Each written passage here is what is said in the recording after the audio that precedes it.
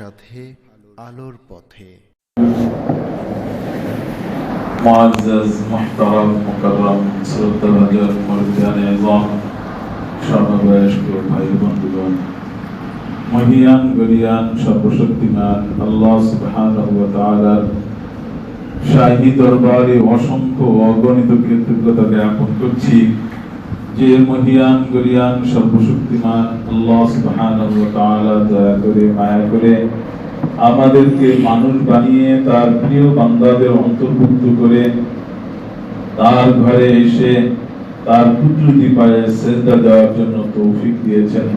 এই জন্য অন্তরের অন্তঃস্থল থেকে, হৃদয়ের গভীরতা থেকে আনন্দ চিত্তে শুকরিয়া দান করি আলহামদুলিল্লাহ। মুহতারাম হাজিরিন, আল্লাহ রাব্বুল আলামিনের অনেক বড় দয়া হয়েছে আমাদের প্রতি, অনেক বড় মায়া হয়েছে আমাদের প্রতি। যে দয়া এবং মায়ার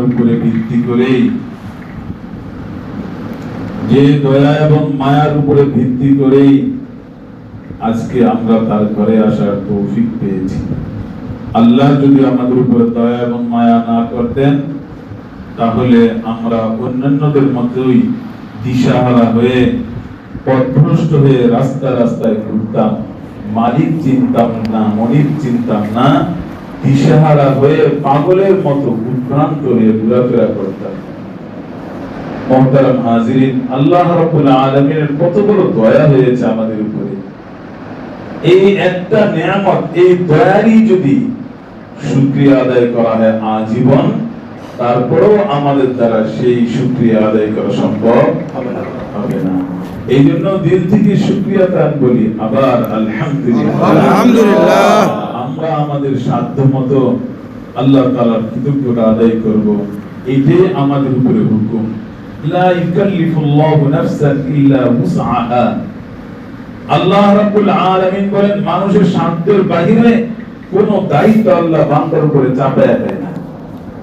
বান্দার উপরে তার সাধ্যের বাইরে কোনো কিছু আল্লাহ জিম্মাদারি দেন না, আরোপ করেন না।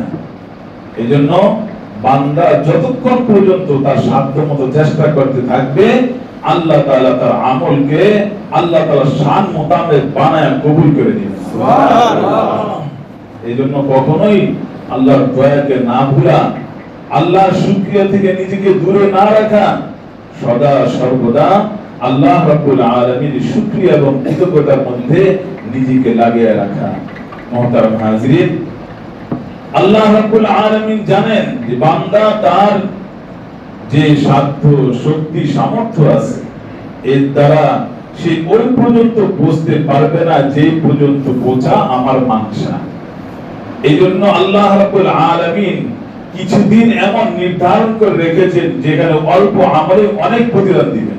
সুবহানাল্লাহ। বান্দা আমল করবে অল্প কিন্তু প্রতিদান পাবে বিশাল। এই জন্য এই সমস্ত দিনগুলোকে খুব বেশি স্মরণ করা, এই সমস্ত দিনগুলোর খুব গুরুত্ব দেওয়া এবং ওই দিনগুলোর পুরোপুরি আমলের মধ্যে নিজেকে জড়ায় রাখা, নিজেকে জড়ায় রাখা। মুহতারাম হাজিরিন, শাওয়াল মাসের জিলকাদার, এটা হলো 27 তারিখ। আজকে জিলকাদার 27 তারিখ, হয়তো আর 2 দিন বা 3 দিন আছে, এরপরেই জিলহজ মাস, হজের মাস। আল্লাহ রাব্বুল আলামিনের ঘরে হাজিরা যাবে, সেখানে হাজিরা আল্লাহকে পাওয়ার জন্য ঘুরবে, আল্লাহর ঘরের জিয়ারত করবে, আর এর মাধ্যমে সে আল্লাহ রাব্বুল আলামিনের থেকে অনেক বড় বদলার প্রতিদান নিয়ে আসবে। জিন্দেগীর সমস্ত গুনাহ আল্লাহ মাফ করে দিবেন। সুবহানাল্লাহ। জিন্দেগীর সমস্ত গুনাহ আল্লাহ মাফ করে দিবেন। হজ্জে মাবরুরের বিনিময়ে আল্লাহ জান্নাত দান করে দিবেন। সুবহানাল্লাহ। হজ্জে মাবরুরের বিনিময়ে হলো জান্নাত। তো আল হজ্জুল মাবরুর লাইসা লাহু জাযাউন ইল্লা আল জান্নাহ। হজ্জে মাবরুরের প্রতিদান জান্নাত ছাড়া কিছু না। এইজন্য আল্লাহ তাআলার কাছে দোয়া করতে থাকা, আল্লাহুম্মা রযুকনি হজ্জাম মাবরুরা, আল্লাহুম্মা রযুকনি হজ্জাম মাবরুরা, আল্লাহুম্মা জাল হজ্জি হজ্জাম মাবরুরা। আল্লাহ আমার হজটাকে আপনি হজ্জে মাবরুর হিসেবে কবুল করে নেন। আল্লাহ তাআলার কাছে দোয়া করতে থাকা, দোয়া করতে থাকা। আর হজ্জে মাবরুর নসিব হয়ে গেলে কপাল খুলে যাবে, কপাল খুলে যাবে। আল্লাহ রাব্বুল আলামিন এই হজের দিনগুলোর মধ্যে একটা দিন রেখেছেন আরাফার দিন। জিলহজ মাসের চাঁদ উঠা থেকে নিয়ে 10 তারিখ পর্যন্ত, অর্থাৎ 9 তারিখ পর্যন্ত এই দিনগুলোর গুরুত্ব অপরিসীম। যত দিনের মধ্যে আল্লাহর ইবাদত করা হয়, আল্লাহ রাব্বুল আলামিনের ইবাদত করা হয়, সমস্ত দিনগুলোর মধ্যে আল্লাহ তাআলার কাছে সবচেয়ে প্রিয় এবং পছন্দনীয় দিন হলো এই জিলহজ মাসের 10 তারিখ। জিলহজ মাসের 10 তারিখ রাসূল করিম সাল্লাল্লাহু আলাইহি ওয়াসাল্লাম ইরশাদ করেন, সিয়ামু ইয়াউমি আশারা,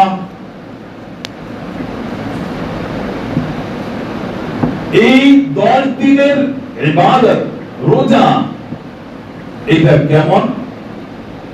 রাসূল করিম সাল্লাল্লাহু আলাইহি ওয়াসাল্লাম বলেন, ইয়াদিলু সিয়ামু কুল্লি ইয়াউমিন মিনহা বিসিয়ামি সানা ওয়া কিয়ামু কুল্লি লাইলাতিন মিনহা বিকিয়ামি লাইলাতিল কদর। জিলহজ মাসের 1 তারিখ থেকে চাঁদ ওঠা থেকে শুরু করে 9 তারিখ পর্যন্ত, অর্থাৎ 8 তারিখের রোজা পর্যন্ত মানুষ একটা রোজা রাখবে তো আল্লাহ তাআলা প্রত্যেকটা রোজার বিনিময়ে 1 বছরের সওয়াব দান করবে। সুবহানাল্লাহ। 1 বছর নফল ইবাদত করলে যেই সওয়াব আল্লাহ তাআলা প্রত্যেকটা রোজার বিনিময়ে তার আমল নামায় 1 বছরের সওয়াব দান করবে। সুবহানাল্লাহ।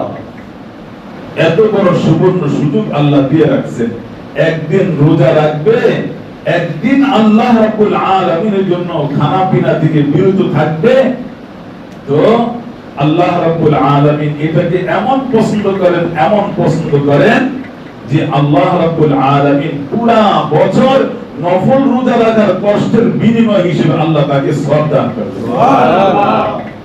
তাহলে জিলহজ মাসের 1 তারিখে রোজা রাখলে 1 বছরের সওয়াব, 2 তারিখে রোজা রাখলে 2 বছরের সওয়াব, 3 তারিখে রোজা রাখলে 3 বছরের সওয়াব, মানে এক এক দিনের এক এক বছর, এক এক দিনের সওয়াব এক এক বছরের সমান। তো 8 দিন যদি রোজা রাখে তো আল্লাহ তাআলা তাকে 8 বছর রোজা রাখার সওয়াব দান করবে। সুবহানাল্লাহ। অল্প মেহনতে প্রতিদান অনেক। আমাদের বয়স কম, আমল কম, এই জন্য আল্লাহ আমাদেরকে এমন আমল দিয়ে দিয়েছেন, আমাদেরকে এমন অফার দিয়েছেন এবং সুবর্ণ সুযোগ দিয়েছেন যে অল্প আমল করবা, লাভ বেশি দিয়ে দিব। তাহলে এর মাধ্যমে পূর্বের যে জাতিরা যে বয়স পেয়েছে তারা যে পরিমাণ আমল করেছে, আমাদের অল্প বয়সে আমল করে তাদের থেকেও আমরা আগে চলে যাব। সুবহানাল্লাহ। আর এক এক রাত্রি ইবাদত করব তো আল্লাহ রাব্বুল আলামিন লাইলাতুল কদর, শবে কদরে ইবাদত করলে যেই পরিমাণ সওয়াব দিবেন আল্লাহ তাআলা প্রত্যেক রাতের বিনিময়ে আল্লাহ ওই লাইলাতুল কদরের সমান সওয়াব দান করবেন। সুবহানাল্লাহ। লাইলাতুল কদর কেমন? লাইলাতুল কদরি খায়রুম মিন আলফি শাহর। লাইলাতুল কদরি খায়রুম মিন আলফি শাহর। লাইলাতুল কদর তো 1000 মাস থেকেও উত্তম। সুবহানাল্লাহ। লাইলাতুল কদর 1000 মাস থেকে উত্তম। 80 বছর কয়েক মাস হয়? 80 বছর কয়েক মাস হয়? 1000 মাসে 80 বছর কয়েক মাস হয়।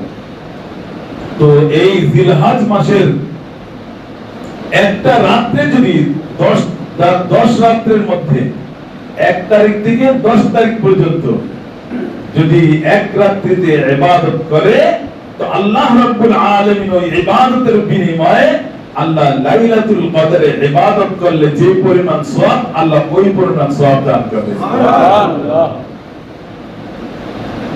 এমন সুবর্ণ সুযোগ আল্লাহ রেখে দিয়েছেন। তার অর্থ কি?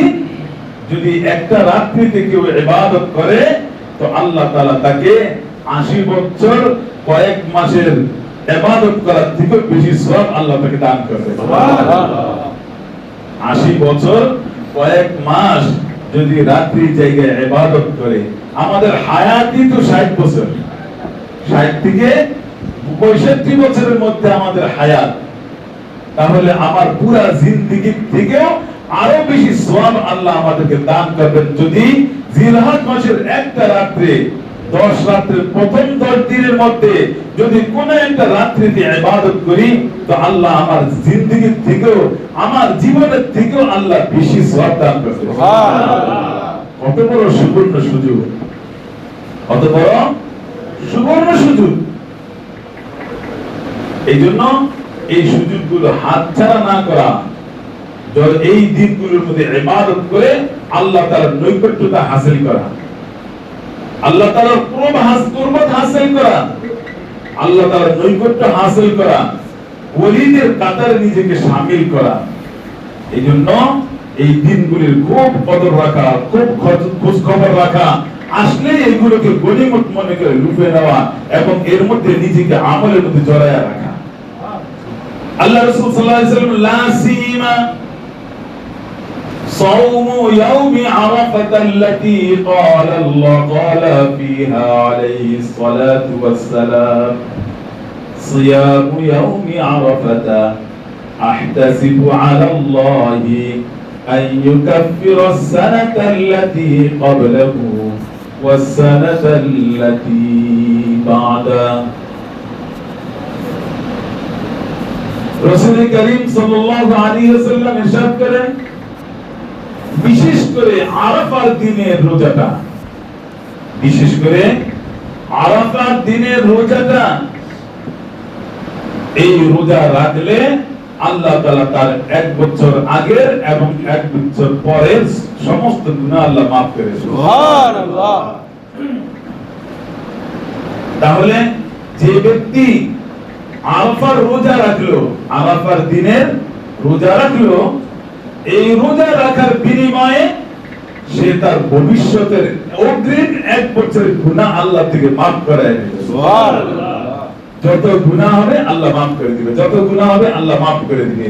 আর এই অবস্থায় যদি মারা যায় তো বেগুনাহ মাসুম হয়ে সে মারা যায়। সুবহানাল্লাহ। অতীতের 1 বছরের গুনাহ maaf, আর সামনে আমার আগের যে বছর আমি বাঁচবো, আগামী বছর যে আমি বাঁচবো, এই বছরের অগ্রিম মাপ আমি আল্লাহ থেকে নিয়ে নিলাম। মানুষ অগ্রিম জামিন নেয় না, কোর্টের থেকে অগ্রিম জামিন লয়ে লয়, ঠিক আছে না? কোর্টে যায়, যায় ঠিক আছে অগ্রিম জামিন নিয়ে আসে। তো কেউ কোন ব্যক্তি আরাফার রোজা রাখলো, সে কেমন যেন পিছের গুনাহ তো মাফ করাইলো, আল্লাহ তাআলা থেকে আরো অগ্রিম 1 বছরের মাপ চেক পাস করায় নিয়ে আসলো। সুবহানাল্লাহ। এগুলো অগ্রিম জামিন, জাহান্নাম থেকে সে অগ্রিম জামিন নিয়ে আসলো। অর্থাৎ এই 1 বছরের মধ্যে যে সে মারা যায় তাকে জাহান্নাম দেওয়া হবে না, সে 1 বছরের জন্য অগ্রিম জাহান্নাম থেকে মুক্তির ফয়সালা নিয়ে আসলো আল্লাহ তাআলার কাছে। এমন সুবর্ণ সুযোগ আমাদের সামনে আসছে। এখন কথা হলো যে আরাফার দিন কোনটা, এই ব্যাপারে বিভিন্ন মতনৈক্য। তো আমাদের হিসাবে আমাদেরটা, আমাদের হিসাবে আমাদেরটা, আমাদের হিসাব কি? 9 তারিখে আমাদের কি হবে? আরাফার দিন হবে। 9 তারিখে আরাফার দিন হবে, যেটা ওই দিন আমাদের যে দিন 9 তারিখ, সেই দিন সৌদিতে 10 তারিখ তাদের কোরবানি হয়, আর আমাদের আরাফার দিন হয়। তো এই হিসাবে এই দিনেই আমরা রোজা রাখবো। যেহেতু বিভিন্ন মত আছে, সেই হিসাবে আমরা চেষ্টা করব 8 তারিখেও রোজা রাখবো। এর সাথে বিষয় 8 তারিখেও রোজা রাখবো, 9 তারিখেও রোজা রাখবো। কিন্তু 8 তারিখটা এটা সন্দেহ মুক্ত হওয়ার জন্য আর 9 তারিখটা এটা নিঃসন্দেহে আরাফার দিন হবে, এই হিসেবে আমরা রোজা রাখবো। এই জন্য 8 তারিখ এবং 9 তারিখ রোজা রাখবো ইনশাআল্লাহ। আল্লাহ আমাদেরকে তৌফিক দান করুন, আমিন। এবং এর তো গেল আমল। আমি এই কয়দিনই এইভাবে আমল করব, দিনে বেলা রোজা রাখবো, রাত্রি বেলা ইবাদত করব, পুরা রাতি জায়গা থাকতে হবে এমনটা না। বিশেষ করে গুরুত্ব সহকারে ঈশার নামাজ এবং ফজরের নামাজ জামাতের সাথে পড়ব। যদি কোন ব্যক্তি ঈশার নামাজ আর ফজরের নামাজ জামাতের সাথে পড়ে, তো আল্লাহ তাআলা তাকে পুরা রাত জেগে ইবাদত করার সওয়াব আমল দান করবেন। আমি যদি না উঠতে পারি, কমপক্ষে ঈশার নামাজ এবং ফজরের নামাজ এই কয়দিন গুরুত্ব সহকারে জামাতের সাথে পড়ব। বাকি দিন না পড়লেও চলবে নাকি? এই তো অবস্থাতেই ফজরের সময় মাশাআল্লাহ, জুমার সময় অনেক মুসল্লি পাওয়া যায়, ঈশা পর্যন্ত মুসল্লি ভালোই পাওয়া যায় আলহামদুলিল্লাহ। ফজরের সময় দেখা যায় মুসল্লিরা একেবারেই গাফলতের মধ্যে ডুবে থাকে, ঘুমের মধ্যে ডুবে থাকে। এমনটা হওয়া উচিত না। ইহুদিরা কি বলছে? মুসলমানদের বিজয় ওই দিন আসবে যেই দিন জুমার নামাজের মুসল্লি আর ফজরের নামাজের মুসল্লি এক হবে। তাহলে আমাদের বিজয় আমরাই ঠেকিয়ে রাখছি, আমাদের অধঃপতনের জন্য আমরাই দায়ী, আমাদের লাঞ্ছনা বঞ্চনার জন্য আমরাই দায়ী। বিজয় তো আমাদেরকে কে দিবেন? আল্লাহ। জোরে বলেন আল্লাহ। আল্লাহ দিবেন বিজয়। তো আল্লাহ যেই শর্তে বিজয় দিবেন, ওই শর্ত পূরণ না হলে পশ্চিম কালো আমাদের বিজয় হবে না। বিজাতীয়দের হাতে আমরা মার খাইতেই থাকবো, আমরা অপমানিত হতেই থাকবো। কেমন একটা মানে কি বলা হয়, অজ্ঞানের কথা, নির্বুদ্ধিতার কাজ হইতেছে আমাদের দ্বারা। কোন পাগল আছে সে তার বিজয় চায় না? কোন বিবেকহীন আছে? সমস্ত বিবেকবান মানুষ, বুদ্ধিমান মানুষ যারা, তারাই নিজেদের বিজয় চায়, নিজেদের সফলতা চায়, নিজেদের সফলতা চায়। কিন্তু যেই কাজের মধ্যে আমার সফলতা রয়ে গেছে, সেই কাজ বাদ দিয়ে আমি যতই সফলতার জন্য অন্যান্য কাজ করি, কোনোদিনও সফলতা আসবে না, আসবে না। আল্লাহ তাআলা আমাদের তো সফলতা রেখেছেন নামাজের মধ্যে। কিসের মধ্যে? নামাজের মধ্যে। নামাজের মধ্যে। এই জন্য জুমার নামাজে যেমন আমি গুরুত্ব সহকারে আসি, আমার ফজরের নামাজটাও যেমন গুরুত্ব সহকারে মসজিদে উপস্থিত হতে পারি, এই চেষ্টা যখন আমরা করতে থাকবো, ঘর থেকে যখন পুরুষদের ঢল মসজিদে আসবে, ওই দিন সমস্ত বিজাতীয়রা তাদের সমস্ত কর্তৃত্ব অস্তিত্ব বিলীন করে পালাইতে বাধ্য হবে। ঠিক, পালাইতে বাধ্য হবে। এটা কে বাধ্য করবে? আল্লাহ করবে। আল্লাহ আমাদের আমলের উপরে। আজকে আমরা আমল করি না, রোনাজারি করি না, কান্নাকাটি করি না, খালি এটা বলি আল্লাহ এটা করতেছে না কেন, ওইটা করতেছে না কেন, ওরে সহায়তেছে না কেন, ওরে ধরতেছে না কেন। আরে ভাই, আমার যে ধরতেছে না, এই জন্য আমি আল্লাহর কাছে শুকরিয়া আদায় করি।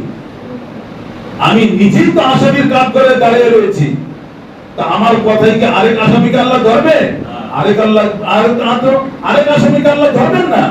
যতক্ষণ পর্যন্ত আমি ফ্রেশ না হব, আমি নির্দোষ না হব, আমি আমার আমলে না দাঁড়াবো, ততক্ষণ পর্যন্ত আমার দোয়ায় কোনো কিছু হবে না, কোনো কিছু হবে না। এই জন্য আমাকে আমলে আসতে হবে। যেটা বলতেছিলাম, এই ফজিলত লাভ করার জন্য আমরা তো ফজরের প্রতি পুরা বছরে আসবই, কিন্তু এই 10 দিনের ফজরের নামাজ, ইশার নামাজ যাতে গুরুত্ব সহকারে জামাতের সাথে হয়, একটু দেরি না হয়, আমি মাসবুক না হই, একদম তাকবীর উলার সাথে নামাজটা পড়তে পারি, এমন গুরুত্ব দিয়ে আমি মসজিদে আসবো ইনশাআল্লাহ। ইনশাআল্লাহ আল্লাহ সকলকে তৌফিক দান করুন। আমিন। মুহতারাম হাজিরিন, এর মধ্যে একটা আমল আছে, এটা 10 দিনের আমল হলো। এরপরে সামনে আমাদের আসতেছে কুরবানি। কুরবানি, এই কুরবানির মূল উদ্দেশ্য হলো ইসারে নফস, তাকাররুব ইলা আল্লাহ। প্রত্যেক জিনিসের একটা রূহ আছে, একটা জিসিম আছে, একটা বডি আছে। আমার যেমন কি আছে, একটা বডি আছে, আবার এর একটা রূহ আছে, এর একটা রূহ আছে। রূহ এবং বডি যখন মিল থাকে, তখন সেটা জীবিত থাকে। রূহ আলাদা হয়ে গেলে বডি জীবিত থাকে না, বডি আলাদা হয়ে গেলে রূহ জীবিত থাকে না। এই দুইটা যখন সংমিশ্রণে মাজমুআ সমষ্টিগতভাবে যখন থাকে, তখনই এই রূহ এবং জিসম দ্বারা কাজে আসে। রূহটা কাজ করতে পারে আর এই বডিটাও কাজ করতে পারে। রূহ যদি আলাদা হয়ে যায়, বডি যদি আলাদা হয়ে যায়, দুইটার বিচ্ছেদে দুইটাই বেকার হয়ে যায়, দুইটাই বেকার হয়ে যায়। রূহ আমার মধ্যে আছে, তো তার প্রত্যেকটা অংশ আমার পুরো শরীরের মধ্যে বিস্তার করতেছে। হাতের মধ্যে রূহের একটা অংশ আছে, পায়ের মধ্যে রূহের একটা অংশ আছে, মুখের মধ্যে রূহের একটা অংশ আছে, চোখের মধ্যে রূহের একটা অংশ আছে, কানের মধ্যে রূহের একটা অংশ আছে। রূহের যেই অংশ যেইখানে, ওইটা যদি বিকল হয়ে যায়, ওইটা অন্য জায়গায় সংযুক্ত হয় না। যেমন চোখের রূহ কি? চোখের রূহ হলো দৃষ্টিশক্তি। হাতের রূহ কি? হাতের রূহ হলো ধরতে পারা, হাত নাড়ানো। মুখের রূহ হলো কথা বলতে পারা, কানের রূহ হলো শুনতে পারা। চোখের দৃষ্টি যদি চলে যায়, তো এই শক্তির আর কানের মধ্যে লাগানো যায় না, আর ওইটা দিয়ে আর দেখা যায় না, যায় না। তো প্রত্যেক অঙ্গের জন্য রূহ আছে। রূহ আছে মানে রূহের অংশ আছে। আমার পুরা বডির মধ্যেই আমার রূহটা ছড়িয়ে আছে। তো যেইখানের জন্য যে অংশের প্রযোজ্য, ওই জায়গাটা নষ্ট হয়ে গেলে ওইটার অন্য অঙ্গের মধ্যে সংযুক্ত হয়ে কোনো কাজ করতে পারে না, বেকার হয়ে যায়। এই জন্য নামাজের রূহ আছে, রোজার রূহ আছে, হজের রূহ আছে, যাকাতের রূহ আছে, কুরবানির রূহ আছে। প্রত্যেকটার জন্য প্রত্যেকটা রূহ আলাদা আলাদা নির্ধারিত আছে। কোনটা রূহ কোনটার মধ্যে কি হবে না, সংযুক্ত হবে না। কোনটা থেকে মাহরুম হয়ে গেলে তো ওইটা পুরোটাই মাহরুম হয়ে যেতে হবে। মুহতারাম হাজিরিন, কুরবানির মধ্যে একটা রূহ আছে। কুরবানির রূহ কি? কুরবানির রূহ হলো ইসারে নফস, তাকাররুব ইলা আল্লাহ। ইসারে নফস মানে নিজের আত্ম উৎসর্গ করার একটা যোগ্যতা পয়দা করা, নিজের মধ্যে আত্ম উৎসর্গ করা, আত্মবিলয় দেওয়া, আত্মাকে কুরবানি করার একটা যোগ্যতা এই কুরবানির মধ্যে শিক্ষা পাওয়া যায়। কুরবানির রূহ হলো নিজের আত্ম উৎসর্গ করার শিক্ষা নেওয়া, যে আমাকে কিভাবে আত্মত্যাগ দিতে হবে, নিজেকে কিভাবে কুরবানি করতে হবে, আল্লাহ তাআলার কাছে নিজেকে কিভাবে সুবে দিতে হবে। এর মাধ্যমে আল্লাহ তাআলার নৈকট্যতা হাসিল করতে হবে, আল্লাহর কুরব হাসিল করতে হবে, আল্লাহর নিকটতম জায়গায় স্থান নিতে হবে। কিসের মাধ্যমে? কুরবানি আমাকে শিক্ষা দেয়, কুরবানি আমাকে শিক্ষা দেয়। এই কুরবানি আল্লাহ রাব্বুল আলামিন আমাদের উপর ওয়াজিব করেছেন। কি করেছেন? ওয়াজিব করেছেন। কাদের উপরে? ধনীদের উপরে। ধনী কারা? কাদেরকে আল্লাহ তাআলা ধনী বলেছেন? আল্লাহ রাব্বুল আলামিনের প্রিয় হাবিব জনাব রাসূলুল্লাহ সাল্লাল্লাহু আলাইহি ওয়াসাল্লাম সংজ্ঞা বলে দিয়েছেন। আমরা তো আজকে ধনী মনে করি যার গাড়ি বাড়ি আছে, মেল ফ্যাক্টরি, ব্যাংক ব্যালেন্স আছে, তাদেরকে আমরা কি মনে করি? তাদেরকে আমরা ধনী মনে করি। কিন্তু শরীয়তের পরিভাষায় ধনী কাকে বলা হয়? শরীয়তের পরিভাষায় ধনী বলা হয় ওই ব্যক্তিকে যার কাছে স্বর্ণ আছে, রূপা আছে, ব্যবসায়িক পণ্য আছে, নিজের হাজার থেকে অতিরিক্ত মাল আছে। কি পরিমাণে? যে তার কাছে 52.5 তোলা রূপা অথবা তার সমপরিমাণ মূল্য যার কাছে আছে, সে ব্যক্তি ধনী। শরীয়তের ভাষায় তাকে ধনী বলে। কারো কাছে যদি শুধু রূপা থাকে, তাহলে 52.5 তোলা রূপা যদি তার কাছে থাকে, তাহলে সে ধনী। তার উপরে কুরবানি ওয়াজিব, যাকাত ওয়াজিব। কুরবানি ওয়াজিব, সাদকাতুল ফিতর ওয়াজিব, যাকাত ওয়াজিব। কারো কাছে যদি শুধু স্বর্ণ থাকে, তাহলে 52.5 তোলা রূপা কারো কাছে যদি থাকে, বা 52.5 ভরি রূপা কারো স্বর্ণ যদি কারো কাছে থাকে, কি বলে 7.5 ভরি, 7.5 ভরি স্বর্ণ যদি কারো কাছে থাকে, তাহলে শরীয়তের ভাষায় সে ধনী। শরীয়তের ভাষায় সে ধনী। কারো কাছে নগদ অর্থ থাকে, নগদ অর্থ থাকে, অর্থের ক্ষেত্রে হিসাব হবে রূপার, স্বর্ণের না। যদি 52.5 তোলা রূপা কিনার যে মূল্য, যে টাকা, ওই পরিমাণ টাকা যদি কারো কাছে থাকে, তাহলে সে ব্যক্তি শরীয়তের ভাষায় ধনী। শরীয়তের ভাষায় ধনী। এখন কারো কাছে টাকাও নাই, কারো কাছে রূপাও নাই, কারো কাছে স্বর্ণও নাই, কিন্তু তার কি আছে? ব্যবসায়িক মাল আছে, ব্যবসায়িক পণ্য আছে। এই ব্যক্তির ব্যবসায়িক পণ্য যদি 52.5 তোলা রূপার মূল্যের সমপরিমাণ হয়, তাহলে শরীয়তের ভাষায় এই ব্যক্তিও কি, যদি বলেন না, বুঝতেছেন না কথা? 52.5 তোলা রূপার মূল্য যদি কারো কাছে থাকে, তাহলে সেই ব্যক্তি শরীয়তের ভাষায় কি ধনী। তার জন্য যাকাত খাওয়া হারাম, সদকা খাওয়া হারাম, ফিতরা খাওয়া হারাম। বরং তাকে উল্টা যাকাত দিতে হবে। সে অন্যকে যাকাত দিবে, অন্যকে ফিতরা দিবে, সে কুরবানি করবে। সে কি করবে? কুরবানি করবে। শরীয়তের ভাষায় তাকে ধনী বলা হয়েছে। তবে যাকাত, কুরবানি এবং ফিতরার ক্ষেত্রে একটু ব্যবধান আছে। ব্যবধানটা কি? ব্যবধানটা হলো এই, যাকাতের ক্ষেত্রে আমার এই অর্থটা পুরো বছর আমার কাছে থাকতে হবে ঋণ মুক্ত হয়ে। ঋণ মুক্ত হয়ে এই পরিমাণ অর্থ যদি আমার কাছে থাকে পুরো 1 বছর, তাহলে সেখান থেকে আমার 40 ভাগের 1 ভাগ যাকাত দিতে হবে। কিন্তু ফিতরা দেওয়ার ক্ষেত্রে, কুরবানি করার ক্ষেত্রে, এই ক্ষেত্রে হিসাব একটু ভিন্ন। হিসাবটা কি? হিসাবটা হলো কুরবানির যে 3 দিন, কয় দিন? 3 দিন। কুরবানির ঈদ 3 দিন, 10, 11, 12। 10, 11, 12।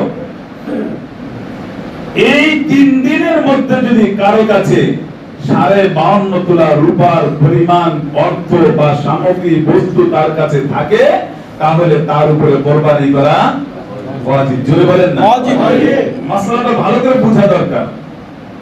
হ্যাঁ, তার নিজের কাছে নাই, কিন্তু সে প্রভিডেন্ট ফান্ড করেছে, কোন সমিতি করেছে, বা মালিকের কাছে সে টাকা কেটে কেটে রাখতেছে, এইগুলোর তার মধ্যে হিসাব হবে। এখানে 1 বছর অতিবাহিত হওয়া শর্ত না। হ্যাঁ, এখানে আরেকটা বিষয় আছে। আরেকটা বিষয় হলো, আমার দৈনন্দিন যতটুকু প্রয়োজন, আমার লিবাস 3 সেট হলেই যথেষ্ট হয়ে যায়। এর থেকে অতিরিক্ত যদি কোনো পোশাক আমার থাকে, তো এখানে হিসাব হবে। আমার তৈজসপত্র, ব্যবহারিক থালা বাটি যেগুলো আছে, যেগুলো আমার প্রয়োজন, এগুলো ছাড়া আমি যেগুলো শোকেসের মধ্যে সাজায় রাখছি, আমি ঘরের সৌন্দর্যতার জন্য সাজায় রাখছি, এইগুলো এর হিসাব হবে। এর মধ্যে হিসাব হবে। ফিতরার ক্ষেত্রেও এগুলোর হিসাব হবে। এই অতিরিক্ত দ্রব্য, অতিরিক্ত পোশাকাদি, মা বোনদের অতিরিক্ত অনেক পোশাকাদি থাকে, 3 জোড়া, 3টা সেট ছাড়া বাকি অতিরিক্ত যেগুলো থাকবে, এগুলোর হিসাব হবে। পুরুষের জন্য হিসাব হবে, মা বোনদের ক্ষেত্রেও হিসাব হবে। এই অতিরিক্ত পোশাকাদি, এগুলো হিসাব করার পরে যদি দেখা যায় যে 52.5 তোলা রূপার কি হয়েছে, মূল্যের সমপরিমাণ তার মূল্য হয়েছে, তার উপরে কুরবানি দেওয়া ওয়াজিব। তার উপরে কুরবানি দেওয়া ওয়াজিব, তার উপরে ফিতরা দেওয়া ওয়াজিব। কিন্তু যাকাতের ক্ষেত্রে আমার এই অতিরিক্ত সুবাসনতার জন্য যেগুলো আমি ঘরের মধ্যে সাজায় রাখছি, আমার পোশাকের অতিরিক্ত পোশাক যেগুলো আমি সাজায় রাখছি, যাকাতের ক্ষেত্রে সেগুলো গণ্য হয় না। হাড়ি পাতিল যেগুলো আমি অতিরিক্ত সাজায় রাখছি, প্রয়োজন নাই, এগুলোর হিসাব কি হবে? সদকায়ে ফিতরের মধ্যে হবে, কুরবানির নিসাবের মধ্যে হবে। যদি এগুলো হিসাব করে যদি কুরবানির নিসাবের মধ্যে এসে যায়, তাহলে তারপরে কুরবানি দিতে হবে। কুরবানির দিনগুলোর মধ্যে যদি সে কুরবানি না দেয়, তাহলে ওই পরিমাণ টাকা সদকা করে দেওয়া তার উপরে ওয়াজিব। ওই পরিমাণ টাকা, একটা বকরির মূল্য সদকা করে দেওয়া ওয়াজিব। আর যদি বকরি কিনে থাকে, কুরবানি না করে থাকে, তখন এইটা সে খাইতে পারবে না, তার জন্য হারাম। এটা গরিবদের মাঝে বিলি করে দেওয়া তার জন্য ওয়াজিব। ওয়াজিব। মুহতারাম হাজিরিন, এই মাসআলার খুব সূক্ষ্ম, আমরা এগুলো হিসাব করি না। আজকে হিসাব না করে আমরা বলি আমার তো অত টাকা নাই, একটা গরু কিনে কুরবানি দেওয়ার ক্ষমতা আমার নাই। আরে, একটা গরু কিনে কুরবানি দেওয়া আমার উপরে জরুরি না। আমার উপরে জরুরি হলো একটা বকরি বা একটা খাসি বা একটা দুম্বা বা একটা ভেড়া, একটা ভেড়া কি ক্রয় করে তার কুরবানি করা আমার উপরে ওয়াজিব। আল্লাহ রাব্বুল আলামিন আমাদের সামর্থ্যের উপরে কিছু আমাদেরকে চাপিয়ে দেন নাই। আল্লাহ তাআলা তো সুযোগ দিয়েছেন যে ভেড়া, বকরি, দুম্বা ব্যতীত এগুলো একজনের পক্ষ থেকে একটাই দিতে হবে। এছাড়া গরু আছে, মহিষ আছে, উট আছে, এগুলো যদি কোরবানি করতে হয় আর একার দ্বারা কারো দ্বারা সম্ভব না হয়, তাহলে 7 জন মিলে একটা গরু কিনে কোরবানি দিলেও তার পক্ষে দিয়ে কোরবানি হয়ে যাবে। সুবহানাল্লাহ। বুঝে আসছে কথাটা? গরু, মহিষ এবং উটের মধ্যে একজনের থেকে একাধিক নাম দেওয়ার কি আছে? সুযোগ আছে। একাধিক নাম দেওয়ার সুযোগ আছে। সেখানে অংশীদারিত্বে আমরা কোরবানি করতে পারি। কোরবানি করে আমরা গুনাহ থেকে বাঁচতে পারি, অন্যায় কাজ থেকে বাঁচতে পারি, আল্লাহর হুকুম লঙ্ঘন করা থেকে বাঁচতে পারি। আর কোরবানির যে সওয়াব, অসংখ্য অগণিত সওয়াব আল্লাহ আমাদেরকে দিবেন, সেটা আমরা লাভ করতে পারি। সেটা আমরা লাভ করতে পারি। মুহতারাম হাজির, কারো এইটারও সামর্থ্য নাই, তাহলে সেই ক্ষেত্রে সুযোগটা কি? গরিবদের জন্য আল্লাহ তাআলা একটা সুবর্ণ সুযোগ রেখে দিয়েছেন। যারা কোরবানি মোটেও দিতে পারে না, একটা বকরিও কোরবানি দিতে পারবে না, সেই ক্ষেত্রে হযরত আব্দুল্লাহ ইবনে আব্বাস রাদিয়াল্লাহু তাআলা আনহু থেকে হাদিসটি রওয়ায়াত যে রাসূল করিম সাল্লাল্লাহু আলাইহি সাল্লাম বললেন যে আল্লাহ তাআলা এই দিনকে ঈদ হিসেবে ঘোষণা করেছেন এবং আমাদেরকে এই দিন ঈদ হিসেবে পালন করার কি করেছেন? আল্লাহ রাব্বুল আলামিন আমাদের হুকুম করেছেন এবং এই দিনের মধ্যে কোরবানি করার আল্লাহ হুকুম করেছেন। এক সাহাবী বললেন, ইয়া রাসূলুল্লাহ, আমার কাছে একজনের দুধ খাওয়ার জন্য একটা বকরি দেওয়া আছে, আমি কি সেটা কোরবানি করে দেব? আল্লাহ রাসূল বলেন যে না, সেটা তো তোমাকে দিয়ে দেওয়া হয়নি, তোমাকে বরং তোমাকে দুধ খাওয়ার জন্য তোমাকে দেওয়া হয়েছে, এটার মালিক তো সে, তুমি এটাকে কোরবানি করতে পারবে না। হ্যাঁ, তুমি যদি কোরবানির সওয়াব পাইতে চাও তাহলে তুমি কি করো না, তাহলে তুমি এই জিলহজের চাঁদ ওঠা থেকে শুরু করে কোরবানি হওয়ার আগ পর্যন্ত তুমি তোমার শরীরে যে পশম আছে কোনো অতিরিক্ত পশম এগুলো কাটবে না, নখ চারি এগুলো কাটবে না, এবং কি তোমার অন্যান্য যে মোষ আছে এগুলো তুমি কাটবে না। যদি না কাটো আর কোরবানির দিনের পরে, কোরবানি করার পরে যদি তুমি কাটো, অন্য কোরবানি করছে এখন তুমি যদি এগুলো কাটো, তো আল্লাহ তাআলা তোমাকে বিনামূল্যে কোরবানির সওয়াব দিয়ে দিবেন। সুবহানাল্লাহ। আর যারা কোরবানি করবে, মান আরাদা আন ইউদাহিয়া ফালা ইয়াখুযু মিন শাআরিহি ওয়ালা মিন আযবারিহি শাই। যারা কোরবানির ইচ্ছা করেছে, পশু কিনেছে, তাদেরও উচিত এই কি করা, এই আমল করা। এই আমল করা অর্থাৎ নখ না কাটা, নখ না কাটা, তারপরে মোষ না কাটা, শরীরের যে অতিরিক্ত পশম আছে বিভিন্ন জায়গায় সেগুলো না কাটা, এগুলো আগের থেকে পরিষ্কার করে ফেলানো। যদি এমন হয়ে যায় যে 40 দিনের বেশি হয়ে গেছে আর এই দিনের মধ্যে এগুলো এসে গেছে, তখন তার জন্য জরুরি হলো পরিষ্কার করা। ওই অবস্থায় নামাজ পড়লে নামাজ মাকরুহ তাহরিমি হবে, অপবিত্র থাকবে। এই জন্য কি করে দিতে হবে? ওগুলো কেটে ছেঁচে ফেলে দিতে হবে। এই সব থেকে বঞ্চিত হই, কিন্তু অন্য আমল যদি আমার কি হয় যে আল্লাহর কাছে মাকবুল হয়, এই জন্য পরিষ্কার পরিচ্ছন্ন হতে হবে। তো যেটা বলতেছিলাম, আল্লামা শাহরানী রাহমাতুল্লাহি আলাইহি তিনি বলেছেন যে গরিবদের জন্য আরেকটা সুযোগ আছে, আরেকটা সুযোগ আছে। কেউ যদি কোরবানি দিতে না পারে আর এই 10 দিনের মধ্যে সে বেশি বেশি করে ইস্তেগফার করতে থাকে, তো আল্লাহ তাআলা তাকে কি করবেন? বিনামূল্যে কোরবানির সওয়াব দান করবেন। সুবহানাল্লাহ। তাহলে দুইটা কাজ করতে পারি, যারা কোরবানি দিব তারাও, যারা কোরবানি দিব না তারাও, যাতে আল্লাহ তাআলা থেকে বেশি সওয়াব পাওয়া যায়। কি পাওয়া যায়? বেশি সওয়াব পাওয়া যায়। সেটা হলো আমরা আগের থেকে পরিষ্কার পরিচ্ছন্ন হয়ে যাব। জিলহজের মাসের চাঁদ ওঠার সাথে সাথে আর আমরা কি করব না, হাত পায়ের চারি কাটবো না, মোচ কাটবো না, শরীরের কোনো লোম কাটবো না। এমন কি অনেকে এসে জিজ্ঞাসা করে, ওস্তাদজি দাড়ি কাটা যাবে নাকি? দাড়ি কি কোনো সময় কাটা যাবে? না। দাড়ি কাটা কবিরা গুনাহ। দাড়ি কাটা কি কবিরা গুনাহ। এবং যারা দাড়ি কাটে, ছাটে, সাঁচে, তাদেরকে শরীয়তের পরিভাষায় ফাসিক বলা হয়। আর ফাসিককে সালাম দেওয়া হারাম। কত বড় কথা! সে ব্যক্তি ইমামতের যোগ্যতা থাকে না, মুয়াজ্জিনের যোগ্যতা থাকে না, তাকে সালাম দিলে আল্লাহর আরশ কেঁপে ওঠে। আল্লাহ তাআলার এমন অপছন্দনীয় ব্যক্তি সে হয় যে সে যদি হযরত চুম্বন দেয়, তো সেখানেও তার নামে গুনাহ লেখা হয়, তাকে নাফরমান হিসেবে লেখা হয় যে আল্লাহ নাফরমান, কারণ সে আল্লাহর সৃষ্টির মধ্যে হাত দিয়েছে। আল্লাহ পুরুষকে দাড়িওয়ালা বানাইছেন, মহিলাদেরকে দাড়ি ছাড়া বানাইছেন। এই জন্য পুরুষের দাড়ি কাটা হারাম আর মহিলাদের দাড়ি রাখা হারাম। অনেক সময় দেখবেন যে প্রশ্ন আসে, কোন দাড়ি কেটে ফেলা ওয়াজিব, কোন দাড়ি কেটে ফেলা ওয়াজিব। মহিলাদের যদি দাড়ি উঠে তাহলে মহিলাদের সেই দাড়ি কেটে ফেলা কি ওয়াজিব, জরুরি, আবশ্যক। এখন মহিলাদের কারো যদি দাড়ি উঠে, এটা আবার ফেসবুকে দেয়, অমকের দাড়ি উঠছে, সবাই লাইন ধরে যায় দেখতে যায়। ওই যে দেখে দেখায়, এটা কি হালাল? বলেন না হারাম। হারাম। তো কয়টা হারাম করলো? তিনটা হারাম করলো। দাড়ি রাখলো, এটা একটা হারাম কাজ করলো। কাটলো না, আরেক হারাম কাজ করলো। আবার নিজেকে পুরুষের মতো মানুষের সামনে প্রকাশ করলো, পর্দা লঙ্ঘন করলো, আরেক হারাম কাজ করলো। এই হারামের মধ্যে তার জিন্দেগিটা গেল। আল্লাহ আমাদেরকে হেফাজত করে। আমিন। এজন্য কোন অবস্থাতেই দাড়ি কাটা ছাটার কোনো অনুমতি নাই। এই দিনগুলোর মধ্যে তো নাই, পুরা বছরের মধ্যে, হায়াতের মধ্যে কোন সময়ে দাড়ি ছাটা এবং চাচার কিনে অনুমতি নাই। আল্লাহ আমাদেরকে এই বিষয়গুলো বুঝার তৌফিক দান করেন, আমল করে আল্লাহ তাআলার নৈকট্য লাভ করার আল্লাহ তৌফিক দান করেন। তো আরেকটা কথা হলো ভাই, এই কুরবানি বছরে একবার আসে, পুরা বছরে না। নামাজের মতো পুরা বছর ফরজ না, পুরা বছর ওয়াজিব না, মাত্র 3টা দিনের মধ্যে একবার আদায় করলে কি হয়ে যাবে? ওয়াজিব আদায় হয়ে যাবে। এই জন্য অবহেলা না করে নিজের হিসাব তো নিজের কাছেই আছে।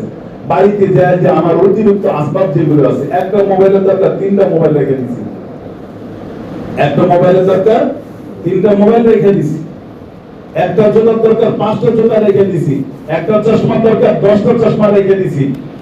এগুলো সব যদি আমি তালাশ করি আর হিসাব লাগাই, তবে দেখা যাবে যে আমার উপর কুরবানি ওয়াজিব হয়ে গেছে, আমার উপর কুরবানি ওয়াজিব হয়ে গেছে। তো এই ক্ষেত্রে আমি কি করব? আমি একা তো একটা গরু কুরবানি দিতে পারবো না। তো কুরবানি যদি গরুই দিতে হবে এমনটা না।